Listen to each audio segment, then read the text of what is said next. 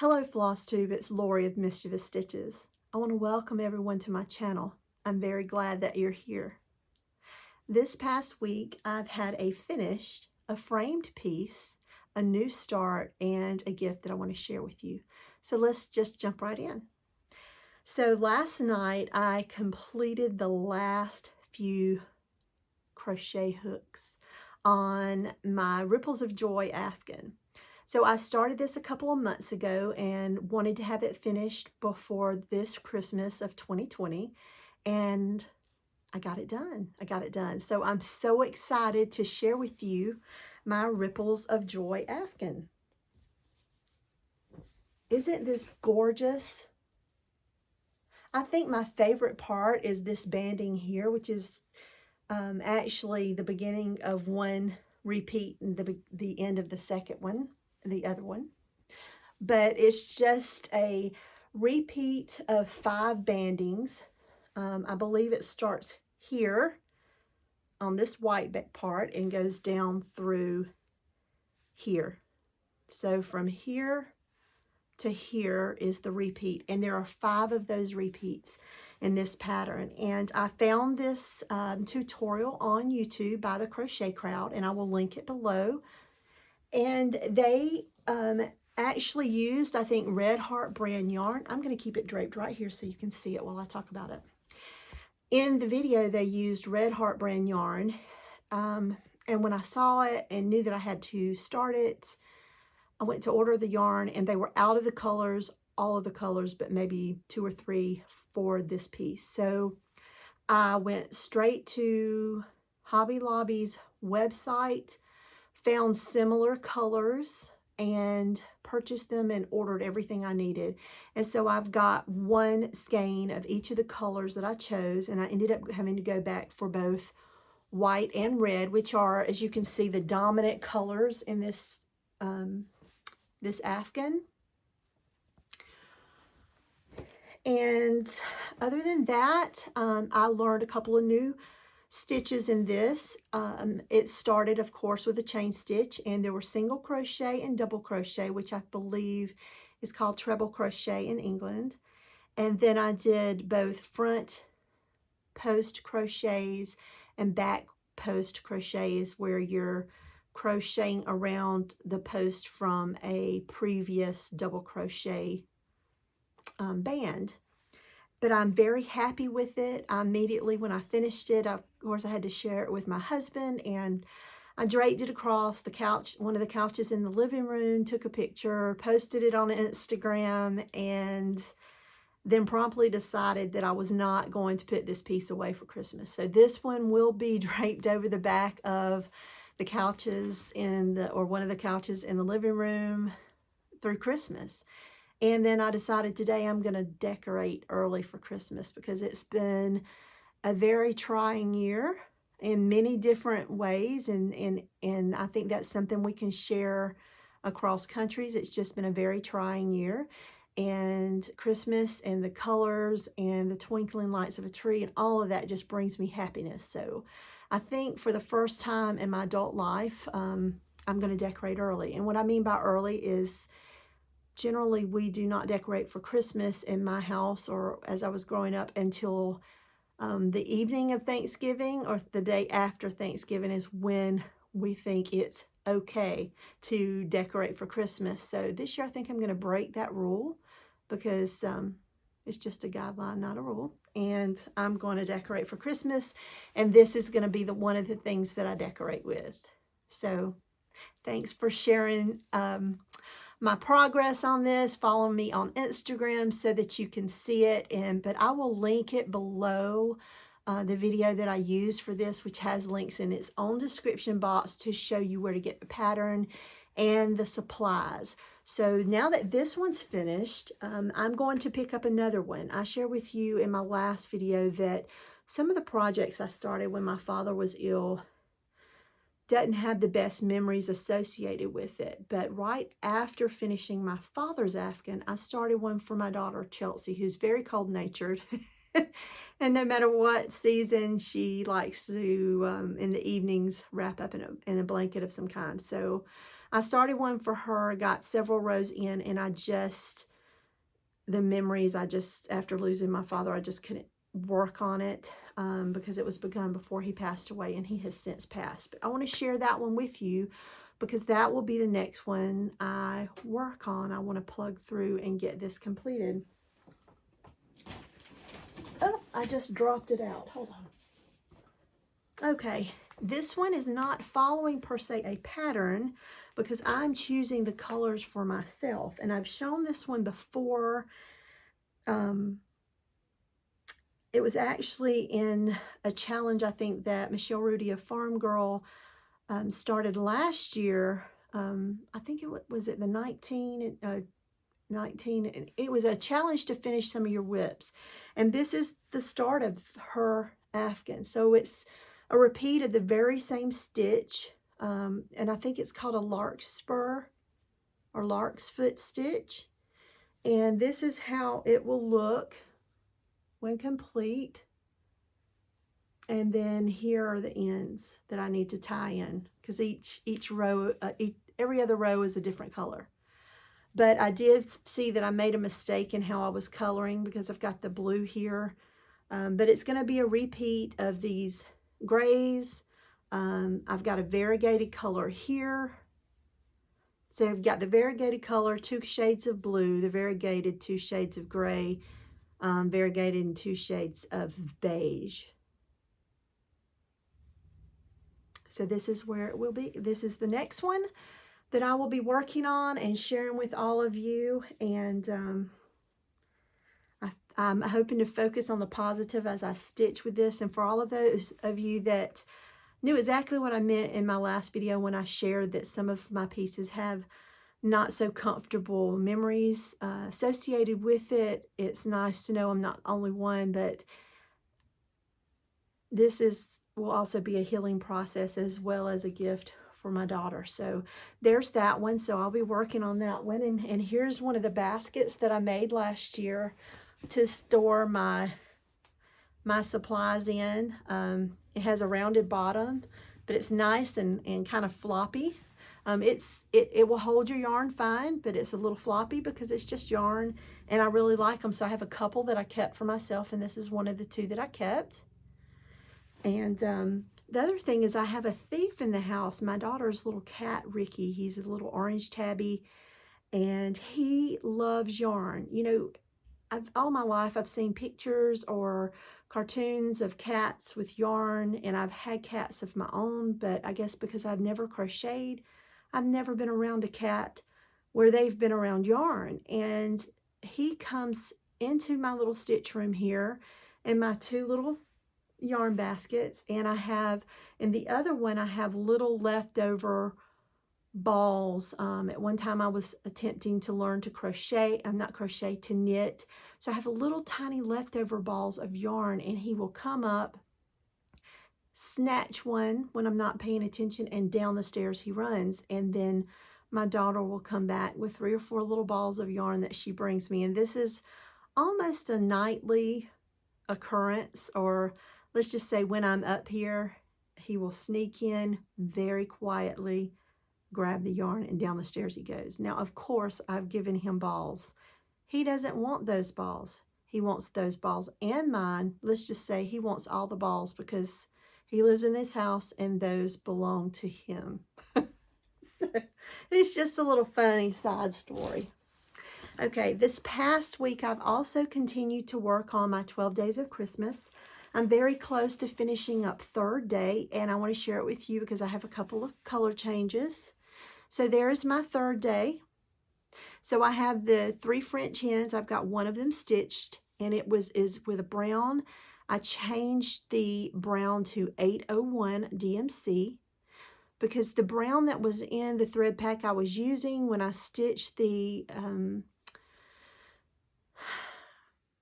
limbs of the tree, the brown looked more gray than it did brown. So I changed that out, and I'm continuing to use the Christmas red, the white, and let me look at the yellow. The yellow is 3852, which is to replace the gold. And so in this, what I have left is the words third day and 2 more hens, and this one will be finished. So day 3 should be finished this evening, and I hope to make a start this week on day 4. So I had a new start this week, and I shared this with all of you on Instagram, but this is Bent Creek's Uber Turkey. And he's a super cute little fella. So I ordered him a few weeks ago, and I was just awaiting the threads, and I decided, because on this it suggests, let's see, somewhere it suggested using, okay,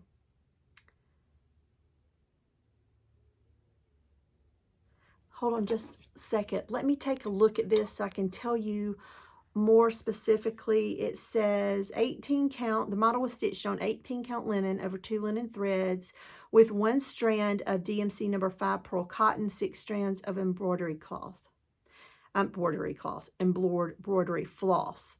So with this, it will give you the DMC, not the DMC conversion, as well as it has either the DMC or it has Weeks Dye Works, Gentle Art, Classic Colorworks, and DMC was the called for, and then it has the DMC conversion.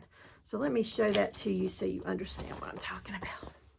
So you've got the called for colors, and then you have the DMC conversion, but here it says pearl cottons. So I promptly went to the DMC website. I ordered the pearl cottons and got them in, and other than on like specialty samplers, I've not stitched on a cross stitch piece with DMC, and this is just a few because I've already opened the others, and I want to share with you how they come. I think they're gorgeous colors. I'm looking for, excuse me, I'm looking forward to stitching with them. I love the way that they're wrapped. And the colors on these wrappers are a little different than our embroidery floss, and they remind me of the candy bar in the original Gene Wilder version of Willy Wonka. But the colors, does it not?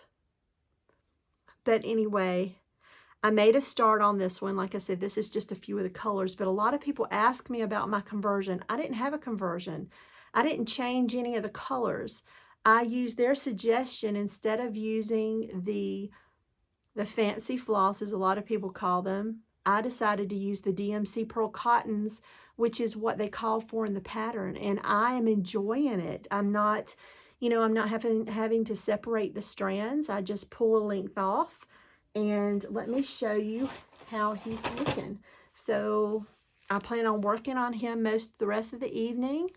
Like I said, this is 18 count linen, and I'm using 1 strand of the number 5 pearl cotton. So I finished his hat, and I have almost finished. I've got a little bit I need to replace. I put the wrong color right here, but I need to finish. There's another small 2 or 3 stitch border at the top of that feather, but I'll plan to complete that, maybe finish the feather over here this evening, and put a few more stitches into his body. He's not going to be a very hard stitch.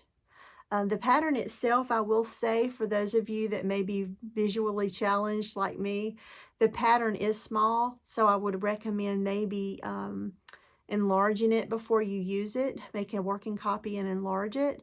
But I'm looking forward to having him completed for Thanksgiving. I love turkeys. There is a Wild Turkey Federation here very near me, and I've taken my girls, were in the Girl Scout at one time. I was a troop leader for my girls and their Girl Scout troop, and we stayed there and visited the Wild Turkey Federation several years ago, and I learned a lot of facts and what I would say, things that I could help us win a Trivial Pursuit game about turkeys and their lives and where they're found and the different types. And one of the things that sticks out in my head was a turkey. A wild turkey is what Ben Franklin originally wanted our national bird to be. Instead of a bald eagle, wild turkey.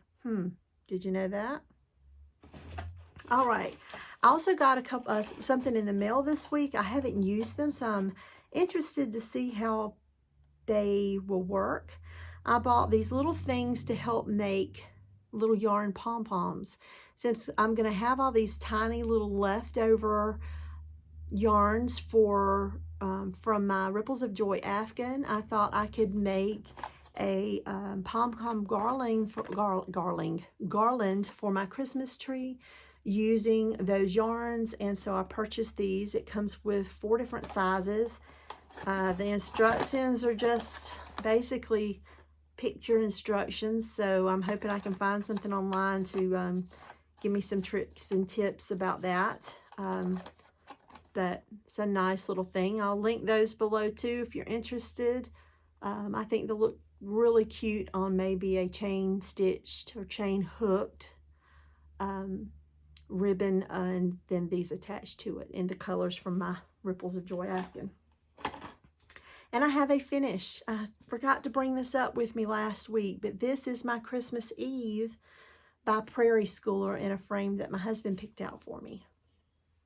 So it's not a very big piece, but it's so cute. It's so,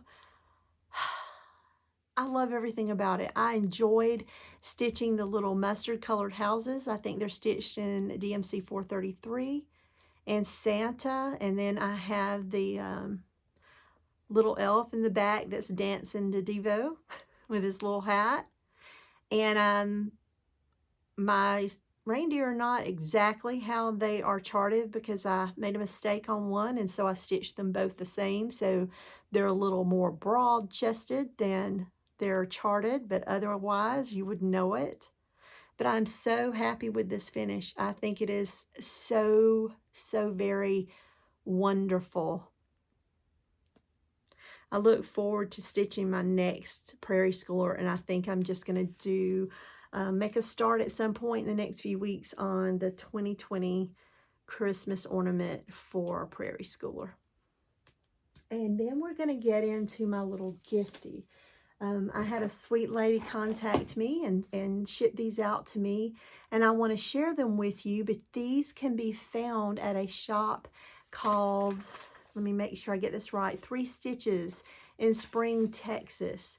You can buy the kit or you can buy the finished one, and they are linen tomatoes, tomato pincushions, and I can't wait to show them to you.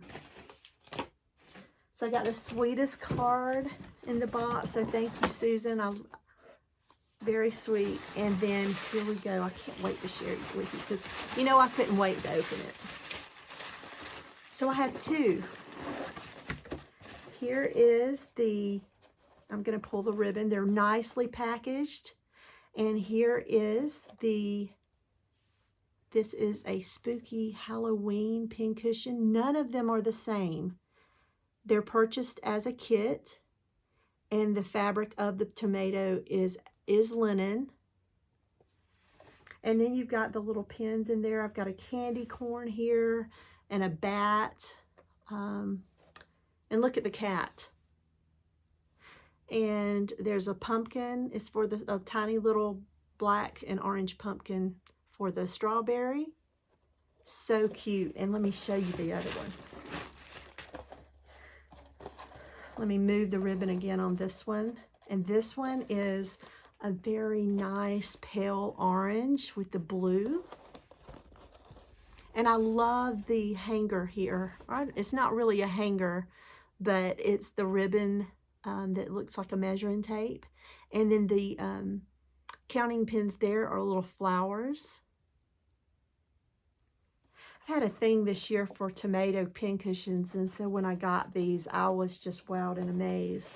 But I also have a kit, and this is to make my own. So here it is, and everything I need is inside, and this is going to be a Christmas pincushion. So you've got the top for the tomato, the embroidery floss, the counting pins, the ribbon, what I'm calling the hanger, and the linen to make it from. And it comes with the pattern as well. So if you're interested in getting one of these for yourself, contact, it's Pam at 3 Stitches in Spring, Texas. I will link the shop information below. It's not like you can request what it is you want. If you want a Halloween, a Christmas, you can make a suggestion as to what you would like for her to send. But like I said, know that no 2 pincushions are the same. They're all different. I think I want to cover everything. They're ready to ship. She has plenty in stock, and I'll link her below. So there was one other thing that I wanted to cover. Let me see if I can find where I put this. In my last video, I shared a homespun elegance. There it is. Homespun elegance ornament that I stitched maybe 5 years ago. I actually purchased this off of one of the stash sales off of Flosstube from another stitcher. The problem is I don't remember the name of this one, and I have had more than one viewer ask about this particular pattern, that they love it, they love the saying, and as you can see, I stitched it in 2016, but I want to say it was older than that. I know that that's not the year that was on the pattern. So if you don't mind, if you know the name of this pattern, because I have Homespun Elegance, the designer can be found on Etsy. Her last name is Sullivan. And I went through all of her patterns on Etsy and cannot find them. I Googled this Homespun Elegance pieces, viewed all of the images I could, and I could not find this one. So if you have stitched it, or you know the name of this pattern, please comment below, and that way those that are interested in stitching this one as well can find it. Isn't it so cute? I just love it. Santa's in his little sleigh. He has no room for presents in that sleigh. So this coming week, I'm going to work on Chelsea's Afghan, because I've really enjoyed crocheting.